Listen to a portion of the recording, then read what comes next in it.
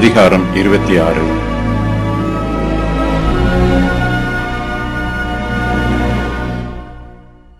மோசே இதுவரையிலும் இஸ்ரவேல் புத்திரருக்கு கர்த்தருடைய பிரமாணத்தை சொன்னார். அவர்கள் யோர்தானை கடந்து கானான் தேசத்திலே பிரவேசிக்கப் போகிறார்கள்.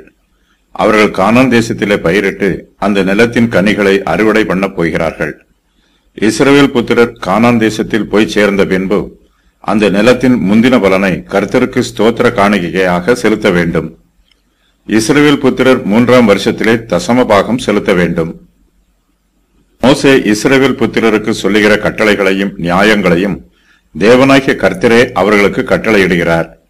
கர்த்தருக்கும் இஸ்ரவேல் புத்திரருக்கும் நடுவே உடன்படிக்கை ஏற்பட்டிருக்கிறது. கர்த்தர் தம்முடைய வார்த்தையில் உண்மை உள்ளவராய் இருக்கிறார். இஸ்ரவேல் புத்திரரும் கர்த்தருக்கு உண்மை உள்ளவர்களாய் இருக்க வேண்டும்.